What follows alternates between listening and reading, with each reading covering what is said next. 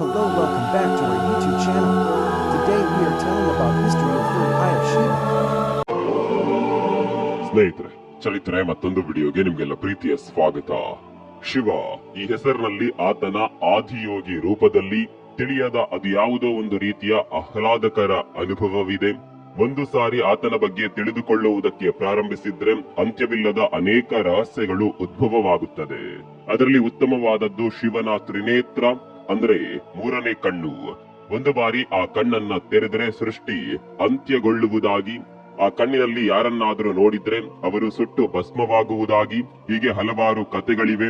ಹಾಗೆ ಯೋಗಶಾಸ್ತ್ರದಲ್ಲಿ ಶಿವನ ಆ ಮೂರನೇ ಕಣ್ಣಿಗೆ ಬಹಳ ಪ್ರಾಮುಖ್ಯತೆ ಇದೆ. ಅಷ್ಟೇ ಅಲ್ಲ, ಒಂದು ಹಂತವನ್ನ ದಾಟಿದ್ರೆ ಒಬ್ಬ ಮನುಷ್ಯನೂ ಕೂಡ ಆ ಮೂರನೇ ಕಣ್ಣಿನ ಹಾದಿಯನ್ನ ಪ್ರವೇಶಿಸಲು ಸಾಧ್ಯ ಎಂದು ಅದೇ ಯೋಗಶಾಸ್ತ್ರ ಹೇಳುತ್ತದೆ. ಒಟ್ಟಿನಲ್ಲಿ ಆ ಮೂರನೇ ಕಣ್ಣಿನ ಬಗ್ಗೆ ಇರುವ ರಹಸ್ಯಕರವಾದ ಸಂಗತಿಗಳ ಬಗ್ಗೆ, ಸತ್ಯಾಸತ್ಯತೆಗಳು ಹಾಗೂ ವೈಜ್ಞಾನಿಕ ಅಂಶಗಳ ಬಗ್ಗೆ ಈ ವಿಡಿಯೋದಲ್ಲಿ ಸಂಪೂರ್ಣವಾಗಿ ತಿಳಿದುಕೊಳ್ಳೋಣ ಬನ್ನಿ.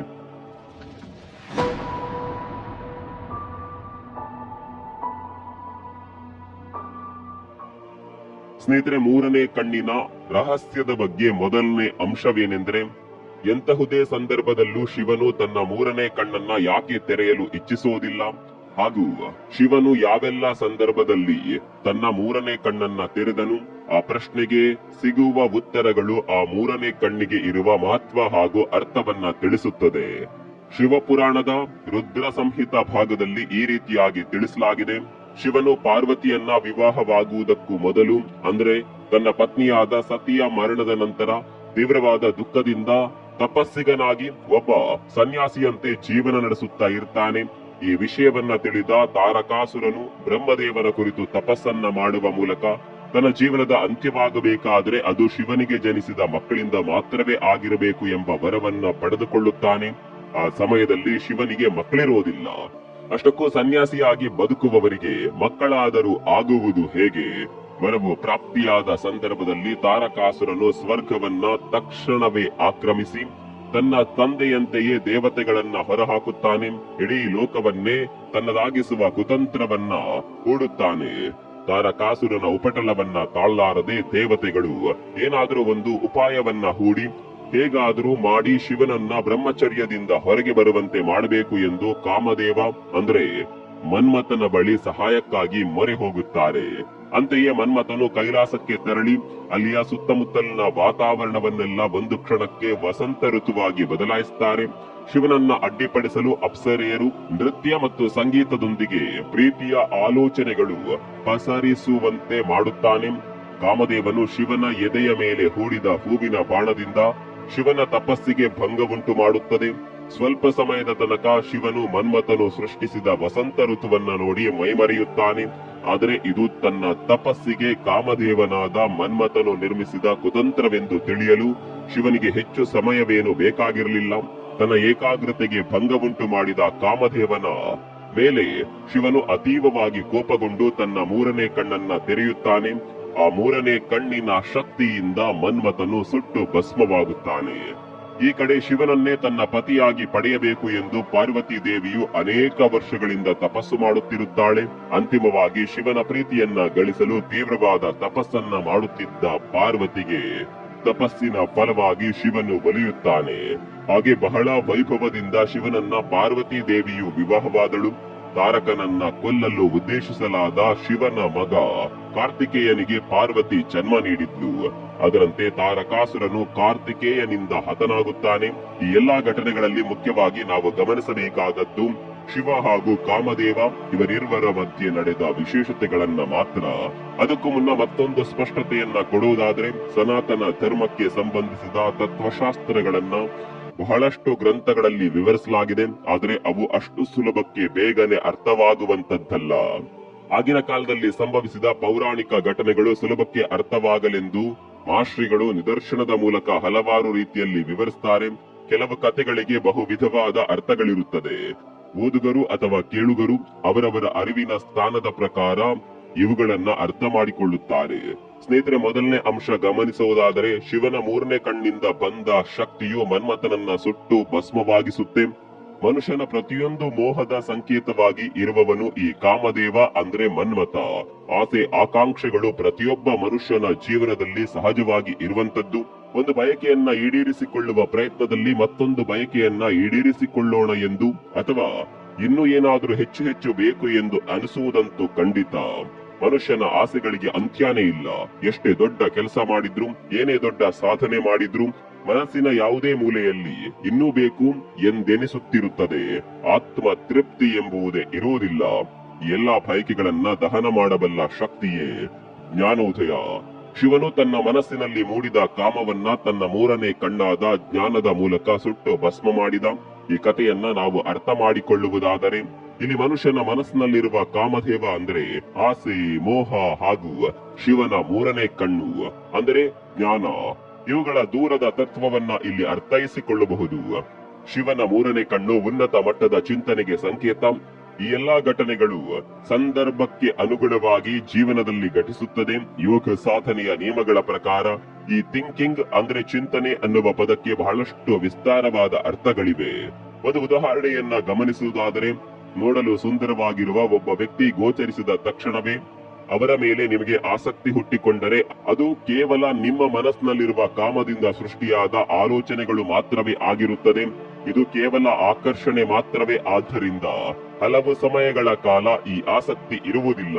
ಇದನ್ನೇ ಸ್ವಲ್ಪ ಕಾಲ ಆಲೋಚಿಸಿ ಆ ವ್ಯಕ್ತಿಯ ದೈಹಿಕ ಸೌಂದರ್ಯವನ್ನ ಪಕ್ಕಕ್ಕೆ ಇಟ್ಟು ಅವರ ಮನಸ್ಸಿನ ಭಾವನೆಗಳನ್ನ, ಅವರ ಮನಸ್ಥಿತಿಯನ್ನ ಅರ್ಥ ಮಾಡಿಕೊಂಡು ಅವರ ಸ್ವಭಾವವನ್ನ ಅರಿತ ಸಂದರ್ಭದಲ್ಲಿ ಅವರು ನಿಮಗೆ ಇಷ್ಟವಾದರೆ ಇದು ನಿಮ್ಮ ಮೂರನೇ ಕಣ್ಣಿನ ಮೂಲಕ ಅಂದ್ರೆ ಜ್ಞಾನದ ಮೂಲಕ ತೆಗೆದುಕೊಂಡ ನಿರ್ಧಾರವಾಗಿರುತ್ತದೆ.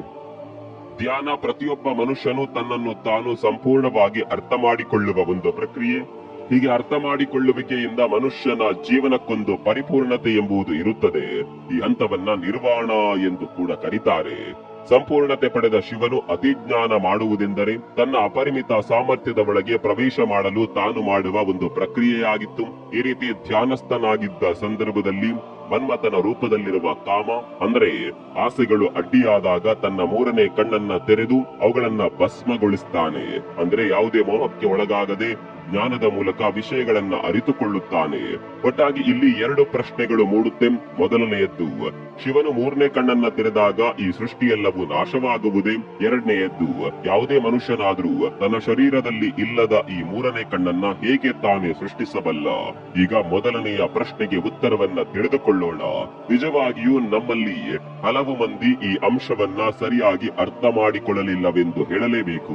ಅಂದ್ರೆ ಶಿವನು ತನ್ನ ಮೂರನೇ ಕಣ್ಣನ್ನ ತೆರೆದಾಗ ಈ ಸೃಷ್ಟಿಯೆಲ್ಲವೂ ನಾಶವಾಗುವುದು ಎನ್ನುವುದರ ಅರ್ಥ ಈ ಮಾಯೆಯನ್ನ ತೆಗೆದುಹಾಕುವುದು. ಸನಾತನ ಧರ್ಮಕ್ಕೆ ಸಂಬಂಧಿಸಿದ ಪ್ರತಿ ಗ್ರಂಥಗಳಲ್ಲಿ ಸೂಚಿಸಿದ ಪ್ರಕಾರ ನಾವು ಜೀವಿಸುತ್ತಿರುವ ಈ ಪ್ರಪಂಚ ಆದಿಪುರುಷನಾದ ಶಿವನು ಸೃಷ್ಟಿಸಿದ ಮಾಯೆಯಾಗಿದೆ. ಯಾವಾಗ ಮನುಷ್ಯನು ಈ ಮಾಯೆಯನ್ನ ಜಯಿಸಲು ಪ್ರಾರಂಭಿಸುತ್ತಾನೋ ಆಗ ತಾನು ಕೂಡ ಆ ಪರಮಾತ್ಮನ ಭಾಗ ಎಂಬ ವಿಷಯವನ್ನ ಅರ್ಥ ಮಾಡಿಕೊಳ್ತಾನೆ. ಇಲ್ಲಿ ಮಾಯೆ ಎಂದರೆ ನಾವು ಜೀವಿಸುವ ಭೌತಿಕ ಪ್ರಪಂಚ. ಈ ಭೌತಿಕ ಪ್ರಪಂಚ ಇಲ್ಲಿ ಮನುಷ್ಯರು ಬಯಸಿದ ಎಲ್ಲಾ ವಸ್ತುವೂ ಇದೆ. ಈ ಮಾಯೆಯು ಮನುಷ್ಯನ ಆಸೆಗಳ ಸಮೂಹವಾಗಿದೆ. ಮನುಷ್ಯನು ಈ ಮಾಯೆಯನ್ನ ಜಯಿಸಲು ಸಾಧ್ಯವಾಗುವುದು ಈ ಭೌತಿಕ ಪ್ರಪಂಚವನ್ನ ಮೂರನೇ ಕಣ್ಣಿನ ಅರಿವಿನ ಸ್ಥಾನದ ಮೂಲಕ ಸಂಯೋಜಿಸಿದಾಗ. ಅಂದ್ರೆ ಎಲ್ಲಾ ಬಯಕೆಗಳನ್ನ ದಹನ ಮಾಡಿ ಆಸೆಗಳ ಮೂಲವಾದ ಮಾಯೆಯನ್ನ ಜಯಿಸಲು ಸಾಧ್ಯವಾಗುವುದು ಜ್ಞಾನೋದಯದ ಮೂಲಕ. ಬಹಳ ಮಂದಿ ಶಿವನ ಮೂರನೇ ಕಣ್ಣನ್ನ ಒಂದು ವಿನಾಶದ ಶಕ್ತಿಯಾಗಿ ಮಾತ್ರ ನೋಡ್ತಾರೆ. ಆದರೆ ಅದೇ ಕಣ್ಣಿಗೆ ಸೃಷ್ಟಿಸುವ ಶಕ್ತಿಯೂ ಕೂಡ ಇದೆ. ಈ ವಿಷಯವನ್ನ ವಿವರಿಸುವ ಘಟನೆಗಳು ಶಿವ ಪುರಾಣದಲ್ಲಿ ಬರುತ್ತದೆ. ಅದರಲ್ಲಿ ಮೊದಲನೆಯದ್ದು ರುದ್ರ ಸಂಹಿತೆಯ ಯುದ್ಧಕಾಂಡದಲ್ಲಿ ವಿವರಿಸಿದ ಘಟನೆ. ಒಂದು ದಿನ ತನ್ನ ಬಳಿ ಬಂದ ಇಂದ್ರನನ್ನ ಪರೀಕ್ಷಿಸಲೆಂದು ಶಿವನು ಆಲೋಚನೆಯನ್ನ ಮಾಡ್ತಾನೆ. ಸಾಮಾನ್ಯವಾಗಿ ಜ್ಞಾನೋದಯವನ್ನ ಪಡೆದವರು ಅವರ ಅಧಿಕಾರ ಅಥವಾ ಬುದ್ಧಿವಂತಿಕೆಯ ಗುಣಗಾನವನ್ನ ಪರೀಕ್ಷಿಸಲು ಉನ್ನತ ಸ್ಥಾನದಲ್ಲಿ ಇರುವ ಅವರಲ್ಲಿ ನಿರಾಡಂಬರ ಇದೆಯೇ ಇಲ್ಲವೋ ಎಂದು ತಿಳಿದುಕೊಳ್ಳಲು ಈ ರೀತಿ ಪರೀಕ್ಷೆ ಮಾಡ್ತಾರೆ. ಮಹಾಭಾರತದಲ್ಲಿ ಹನುಮಂತ ಕೂಡ ಇದೇ ವಿಧಾನದಲ್ಲಿ ಭೀಮನನ್ನ ಪರೀಕ್ಷಿಸ್ತಾನೆ. ಇಂದ್ರ ಹಾಗೂ ಬೃಹಸ್ಪತಿ ಇಬ್ಬರು ಕೈಲಾಸಕ್ಕೆ ಬರುವಾಗ ದಾರಿಯಲ್ಲಿ ಶಿವನು ಒಂದು ಸನ್ಯಾಸಿಯ ರೂಪದಲ್ಲಿ ಅವರಿಗೆ ಎದುರಾಗ್ತಾನೆ. ಆತನು ಯಾರು, ಎಲ್ಲಿಂದ ಬಂದವನು ಎಂದು ದೇವೇಂದ್ರನು ವಿಚಾರಿಸ್ತಾನೆ. ಆದರೆ ಮಾರುವೇಷದಲ್ಲಿ ಇರುವ ಶಿವನು ಮರು ಮಾತನಾಡದೆ ಅದೇ ಸ್ಥಳದಲ್ಲಿ ಕುಳಿತಿರ್ತಾನೆ. ಇಂದ್ರನು ಮತ್ತೆ ಪುನಃ ಅದೇ ಪ್ರಶ್ನೆಯನ್ನ ಎರಡೆರಡು ಬಾರಿ ಕೇಳಿದಾಗಲೂ ಆತನಿಗೆ ಯಾವುದೇ ಉತ್ತರ ಬರುವುದಿಲ್ಲ. ಈ ರೀತಿಯ ವರ್ತನೆ ಇಂದ್ರನಿಗೆ ಸ್ವಲ್ಪ ಹಿಡಿಸದಂತಾಗುತ್ತದೆ. ಹಾಗಾಗಿ ತನ್ನ ವಜ್ರಾಯುಧದ ಮೂಲಕ ಶಿವನ ಮೇಲೆ ದಾಳಿಗೆ ತೊಡಗುತ್ತಾನೆ. ಕೂಡಲೇ ಶಿವನು ಇಂದ್ರನ ವಜ್ರಾಯುಧ ಹಿಡಿದಿದ್ದ ಕೈಗೆ ಪಾರ್ಶ್ವವಾಯು ಬರುವಂತೆ ಮಾಡ್ತಾನೆ. ಅಷ್ಟೇ ಅಲ್ಲದೆ ಇಂದ್ರನು ಮಾಡಿದ ಈ ಕೆಲಸಕ್ಕೆ ಶಿವನು ಕೋಪಗೊಂಡು ತನ್ನ ಮೂರನೇ ಕಣ್ಣನ್ನ ಬಹಿರಂಗವಾಗಿ ತೆರೆಯುತ್ತಾನೆ. ಇತ್ತ ಕಡೆ ಬೃಹಸ್ಪತಿ ಆ ಸನ್ಯಾಸಿ ರೂಪದಲ್ಲಿರುವವನು ಶಿವನೆಂದು ಗುರುತಿಸಿ ನಮಸ್ಕರಿಸ್ತಾನೆ. ಜೊತೆಗೆ ಇಂದ್ರನನ್ನ ಕ್ಷಮಿಸುವಂತೆ ವಿನಮ್ರತೆಯಿಂದ ಕೋರಿಕೊಳ್ತಾನೆ. ಶಿವನು ಶಾಂತನಾಗಿ ತನ್ನ ಮೂರನೇ ಕಣ್ಣಿನಿಂದ ಬಂದ ಶಕ್ತಿಯನ್ನ ಸಮುದ್ರದ ಕಡೆಗೆ ತಿರುಗಿಸ್ತಾನೆ. ಆ ಸಂದರ್ಭದಲ್ಲಿ ಸಮುದ್ರವನ್ನ ಪ್ರವೇಶಿಸಿದ ಆ ಶಕ್ತಿಯಿಂದ ಶಿವಪುತ್ರನಾದ ಜಲಂಧರನು ಜನಿಸ್ತಾನೆ. ಇನ್ನು ಎರಡನೆಯದ್ದು, ಇದು ಕೂಡ ರುದ್ರ ಸಂಹಿತೆಯ ಯುದ್ಧ ಕಾಂಡದಲ್ಲಿ ವಿವರಿಸಿದ ಘಟನೆ. ಒಂದು ಸಂದರ್ಭದಲ್ಲಿ ಪಾರ್ವತಿ ಪ್ರೀತಿಯಿಂದ ನಿಶ್ಶಬ್ದವಾಗಿ ಹಿಂದಿನಿಂದ ಬಂದು ತನ್ನ ಎರಡೂ ಕೈಗಳಿಂದ ಶಿವನ ಎರಡೂ ಕಣ್ಣುಗಳನ್ನ ಮುಚ್ಚುತ್ತಾಳೆ. ಆ ಎರಡು ಕಣ್ಣುಗಳು ಸೂರ್ಯಚಂದ್ರರ ಪ್ರತಿರೂಪವಾಗಿರುವುದರಿಂದ ಆ ಸಂದರ್ಭದಲ್ಲಿ ಸೃಷ್ಟಿ ಎಲ್ಲವೂ ಅಂಧಕಾರದಿಂದ ತುಂಬಿ ಹೋಗುತ್ತದೆ. ಎಲ್ಲವೂ ಕತ್ತಲಿಂದ ಮುಳುಗುತ್ತದೆ. ಕಣ್ಮರೆಯಾದ ಬೆಳಕನ್ನ ಮತ್ತೆ ಭರಿಸುವುದಕ್ಕಾಗಿ ಶಿವನು ತನ್ನ ಮೂರನೇ ಕಣ್ಣನ್ನ ತೆರೆದು ಅಗ್ನಿಯನ್ನ ಉದ್ಭವಿಸುತ್ತಾನೆ. ಆ ಅಗ್ನಿಯಲ್ಲಿ ಅಗೋಚರವಾಗಿ ಒಂದು ಶಿಶುವು ಜನಿಸುತ್ತದೆ. ಆತನೇ ಅಂಧಕಾಸುರ. ಜಲಂಧರ ಹಾಗೂ ಅಂಧಕಾಸುರ ಇಬ್ಬರೂ ಕೂಡ ಬಹಳ ಶಕ್ತಿವಂತರು. ಬೇರೆ ಬೇರೆ ಸಮಯದಲ್ಲಿ ಇಬ್ಬರು ಕೂಡ ಅಸುರರಿಗೆ ಅಧಿಪತ್ಯ ವಹಿಸಿ ಮೂರು ಲೋಕವನ್ನ ಆಳ್ವಿಕೆ ಮಾಡಲು ಮುಂದಾಗ್ತಾರೆ. ದೇವತೆಗಳಿಗೆ ಬಹುದೊಡ್ಡ ಉಪಟಳವಾಗುತ್ತದೆ. ಕೊನೆಗೆ ಅವರು ಶಿವನಿಂದಲೇ ಅಂತ್ಯವಾಗ್ತಾರೆ. ಒಟ್ಟಾರೆಯಾಗಿ ಹೇಳೋದಾದರೆ ಶಿವನ ಮೂರನೇ ಕಣ್ಣು ವಿನಾಶವನ್ನ ಮಾಡುವುದೆಂದರೆ ಅದು ಆಸೆಗಳ ಅಸ್ತಿತ್ವದಲ್ಲಿರುವ ಭಾವೋದ್ರಿಕ್ತತೆಗಳನ್ನ ಅಂತ್ಯ ಮಾಡುವುದಾಗಿದೆ. ಕೆಲವು ವಿಧ್ವಂಸಕ ಶಕ್ತಿಗಳಿಗೆ ಜನ್ಮ ನೀಡುವ ಮೂಲಕ ಸುತ್ತಮುತ್ತಲಿನ ವಿಷಯದ ಬಗ್ಗೆ ಜಾಗೃತಿ ಮೂಡಿಸುವುದಾಗಿದೆ. ಶಿವನ ಮೂರನೇ ಕಣ್ಣು ಮುಂಭಾಗಕ್ಕೆ ಅಂದರೆ ಹಣೆಯ ಮಧ್ಯಭಾಗದಲ್ಲಿ ಯಾಕೆ ಇದೆ ಅನ್ನೋದನ್ನ ಯಾವತ್ತಾದ್ರೂ ಆಲೋಚನೆ ಮಾಡಿದ್ದೀರಾ? ಜಾಗೃತಿಯ ಸಂಕೇತವಾಗಿ ಈ ಮೂರನೇ ಕಣ್ಣನ್ನ ಉದಾರಿಸುವುದು ಯಾಕಾಗಿ ಗೊತ್ತಾ? ಮನೋವಿಜ್ಞಾನದ ಅಧ್ಯಯನದ ಪ್ರಕಾರ ನಮ್ಮ ಮೆದುಳಿನ ಬಳಕೆ ಎರಡು ಹಂತದಲ್ಲಿ ಒಳಗೊಂಡಿದೆ. ಒಂದು ಲೋವರ್ ಬ್ರೈನ್, ಎರಡನೆಯದು ಹೈಯರ್ ಬ್ರೈನ್. ನಾವು ನಮ್ಮಲ್ಲಿರುವ ಇನ್ಸ್ಟಿಂಕ್ಟ್ಸ್ ಅಂದ್ರೆ ಸಹಜ ಪ್ರವೃತ್ತಿ ಕೆಲಸಗಳಲ್ಲಿ ತೊಡಗಲು ಕಾರಣ ಈ ಲೋವರ್ ಬ್ರೈನ್. ಇದು ಮನುಷ್ಯರಲ್ಲಿ ಮಾತ್ರವಲ್ಲ, ಜೀವ ಜಂತುಗಳಲ್ಲೂ ಇದೆ. ಒಂದು ತೋಚಿದ ಕೆಲಸವನ್ನ ಮಾಡಬೇಕೆಂದರೆ ಅದನ್ನ ಬುದ್ಧಿಯಿಂದ ಆಲೋಚಿಸಿ ಮುಂದೆ ಅದು ಕಾರ್ಯಪ್ರವೃತ್ತವಾಗಬೇಕಾದರೆ ನಮ್ಮ ಹೈಯರ್ ಬ್ರೈನ್ ಕೆಲಸ ಮಾಡಬೇಕಾಗುತ್ತೆ. ಮನುಷ್ಯನನ್ನ ಜೀವ ಜಂತುಗಳಿಗಿಂತ ವಿಭಿನ್ನವಾಗಿಸುವುದೇ ಈ ಹೈಯರ್ ಬ್ರೈನ್. ಎಲ್ಲ ಹ್ಯೂಮನ್ ಬ್ರೈನ್ ನಲ್ಲಿ ಹೈಯರ್ ಬ್ರೈನ್ ಇರುವುದು ನಮ್ಮ ಹಣೆಯ ನೇರವಾದ ಪ್ರದೇಶದಲ್ಲಿ. ಇದನ್ನ ಪ್ರೀಫ್ರಾಂಟಲ್ ಕಾರ್ಟೆಕ್ಸ್ ಅಂತ ಕರೀತಾರೆ. ಇದನ್ನ ಜ್ಞಾನ ಕೇಂದ್ರ ಅಂತಾಲೂ ಇಲ್ಲ ಜ್ಞಾನ ನೇತ್ರ ಅಂತಾಲೂ ಕರೆಯಲು ಕಾರಣ ಇದು ಇರುವ ಸ್ಥಾನ ನೇರವಾಗಿ ಹಣೆಯ ಮಧ್ಯಭಾಗದಲ್ಲಿ ಇರುವುದೇ ಆಗಿದೆ. ಮನುಷ್ಯನಿಗೆ ಇಲ್ಲದ ಈ ಮೂರನೇ ಕಣ್ಣನ್ನ ಪಡೆಯಲಾದರೂ ಹೇಗ್ ಸಾಧ್ಯ ಎಂಬ ಪ್ರಶ್ನೆಗೆ ಉತ್ತರ ಹುಡುಕುವುದಾದರೆ ಮನುಷ್ಯನಿಗಿರುವ ಎರಡು ಕಣ್ಣು ಭೌತಿಕವಾದ ಅಂಗಗಳು. ಆದರೆ ಈ ಮೂರನೇ ಕಣ್ಣು ಎಂಬ ಪರಿಕಲ್ಪನೆಯ ವಿಷಯಕ್ಕೆ ಬಂದ್ರೆ ಅದು ಒಂದು ಭೌತಿಕವಾದ ಅಂಗಾಂಶವಲ್ಲ. ತನಗೆ ಇರುವ ಎರಡು ಕಣ್ಣುಗಳ ಮೂಲಕ ಈ ಭೌತಿಕ ಪ್ರಪಂಚವನ್ನ ನೋಡ್ತಾನೆ. ನೋಡುವ ಮೂಲಕ ಪ್ರತಿಯೊಂದರ ಮೇಲೆ ಒಂದೊಂದು ರೀತಿಯ ಅಭಿಪ್ರಾಯಗಳನ್ನ ವ್ಯಕ್ತಪಡಿಸ್ತಾನೆ. ಉದಾಹರಣೆಗೆ, ಈ ಹಣ್ಣು ಬಹಳ ಚೆನ್ನಾಗಿದೆ, ಆ ವ್ಯಕ್ತಿ ಮೋಸಗಾರ, ಈ ಪುಸ್ತಕ ಮಾಹಿತಿ ಉಳ್ಳದ್ದಾಗಿದೆ.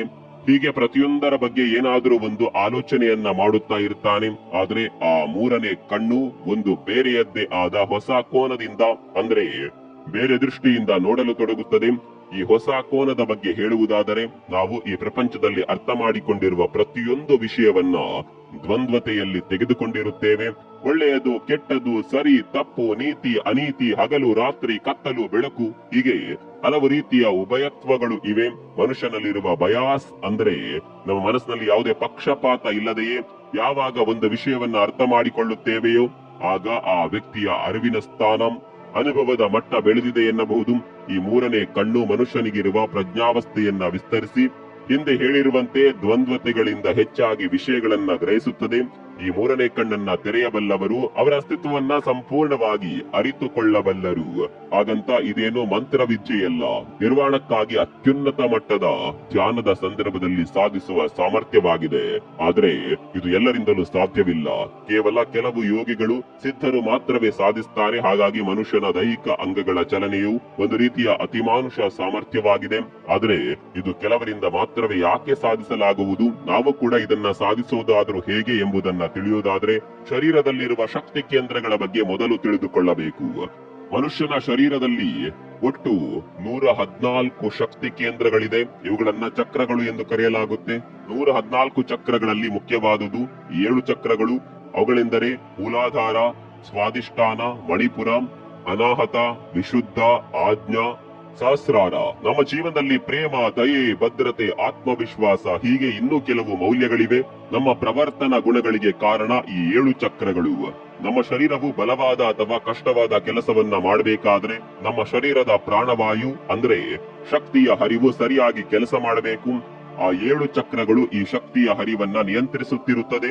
ಒಂದೊಮ್ಮೆ ನಮ್ಮ ನರಮಂಡಲಗಳು ಅಥವಾ ಅಂಗಾಂಶಗಳು ಸರಿಯಾದ ಕಾರ್ಯವನ್ನ ಮಾಡದೆ ಹೋದ್ರೆ ಎನರ್ಜಿ ಬ್ಲಾಕ್ ಆಗಿದೆ ಎಂದು ಹೇಳ್ತಾರೆ. ಇವುಗಳನ್ನ ವಿಮೋಚನೆಗೊಳಿಸಲು ಯೋಗಾಭ್ಯಾಸ ಅಥವಾ ಧ್ಯಾನವನ್ನ ಮಾಡ್ತಾರೆ. ಒಂದೊಂದು ಚಕ್ರವನ್ನ ಸಕ್ರಿಯಗೊಳಿಸಲು ಒಂದೊಂದು ವಿಧವಾದ ಯೋಗ ಸಾಧನೆಗಳು ಇರುತ್ತದೆ. ಹಾಗೆ ಸಕ್ರಿಯವಾದ ಪ್ರತಿ ಚಕ್ರವು ಒಂದೊಂದು ವಿಷಯಗಳ ಬಗ್ಗೆ ಸ್ಪಷ್ಟತೆಯನ್ನ ಒದಗಿಸುತ್ತದೆ. ಉದಾಹರಣೆಗೆ ಮಣಿಪುರ ಚಕ್ರ ನಾನು ದುರ್ಬಲವಾಗಿದ್ದೇನೆ ಎಂದು ನೋವು ಪಡುತ್ತಿರುವವರಿಗೆ ಅವರಲ್ಲಿ ಇರುವ ಆತ್ಮವಿಶ್ವಾಸವನ್ನ ಅವರಿಗೆ ಪರಿಚಯಿಸಿ ನಾನು ದುರ್ಬಲನಲ್ಲ, ಬಲಶಾಲಿಯಾಗಿರುವೆನು ಎಂಬ ಸ್ಪಷ್ಟತೆಯನ್ನ ನೀಡುತ್ತದೆ. ಈ 7 ಚಕ್ರಗಳಲ್ಲಿ 6ನೇಯದ್ದು ಆಜ್ಞಾ ಚಕ್ರ. ನೇರವಾಗಿ ಹಣೆಯ ಮೇಲೆ ಬರುವುದು. ಇದುವೇ 3ನೇ ಕಣ್ಣು ಇರುವ ಪ್ರದೇಶ. ಒಂದೊಂದು ಚಕ್ರವನ್ನ ಕಾರ್ಯಪ್ರವೃತ್ತಗೊಳಿಸಿ ಈ 6ನೇ ಚಕ್ರವನ್ನ ಕಾರ್ಯಗೊಳಿಸಿದಾಗ ನಮ್ಮ 3ನೇ ಕಣ್ಣಿನ ಒಳಗೆ ಪ್ರವೇಶ ಮಾಡಲಾಗುತ್ತೆ. ಅಂದ್ರೆ ನಮ್ಮ ಅರಿವಿನ ಮಟ್ಟದ ಉಚ್ಚ ಸ್ಥಾನಕ್ಕೇರಲು ಸಾಧ್ಯವಾಗುತ್ತದೆ. ಒಂದು ಬಾರಿ ನಮ್ಮ ಜೀವನದಲ್ಲಿ ಈ 3ನೇ ಕಣ್ಣಿನ ಹಿಡಿತವನ್ನ ಸಾಧಿಸಿದ್ರೆ ಜೀವನ ಶೈಲಿಯೇ ಬದಲಾಗಿ ಬಿಡುತ್ತದೆ. ಸ್ನೇಹಿತರೆ, ಶಿವನ 3ನೇ ಕಣ್ಣಿಗೆ ಇರುವ ಮಹತ್ವವಿದು. ಹಾಗೆ 3ನೇ ಕಣ್ಣು ತೆರೆಯುವುದರ ಅರ್ಥ. ಈ ವಿಡಿಯೋದ ಬಗ್ಗೆ ನಿಮ್ಮ ಅಭಿಪ್ರಾಯವನ್ನ ಕಾಮೆಂಟ್ ಬಾಕ್ಸ್ ನಲ್ಲಿ ಬರೆಯಿರಿ. ಮತ್ತೊಂದು ವಿಡಿಯೋದಲ್ಲಿ ಸಿಗೋಣ. ಅಲ್ಲಿವರೆಗೂ ನಮಸ್ಕಾರ.